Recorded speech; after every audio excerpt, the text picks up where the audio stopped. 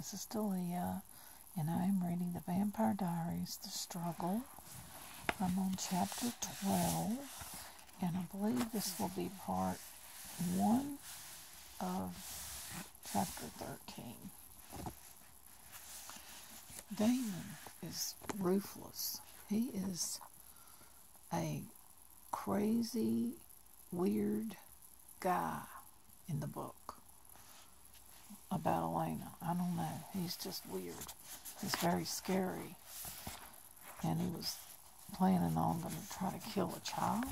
Good grief. He is crazy in the book. So let's see what happens in chapter 13. See if anything makes him be human.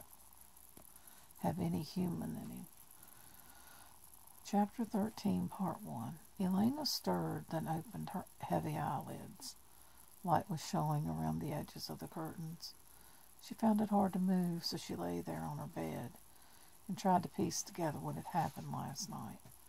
Damon had come here and threatened Margaret, and so Elena had gone to him. He'd won. But why hadn't he finished it? Elena lifted a languid hand to touch the side of her cheek, or neck,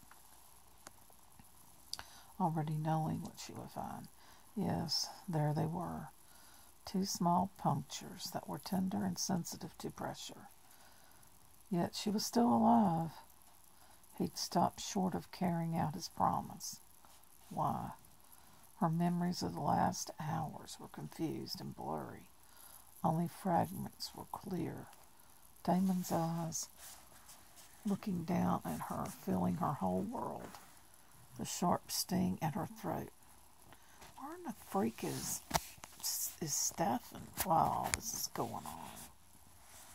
Thought he was always around her. It's weird. And later, Damon opening his shirt, Damon's blood welling from a small cut in his neck. He'd made her drink his blood then. If made was the right word. She didn't remember putting up any resistance or feeling any revulsion. By then she had wanted it. But she wasn't dead or even seriously weakened. He hadn't made her into a vampire, and that was what she couldn't understand. He has no morals and no conscience, she reminded herself, so it certainly wasn't mercy that stopped him.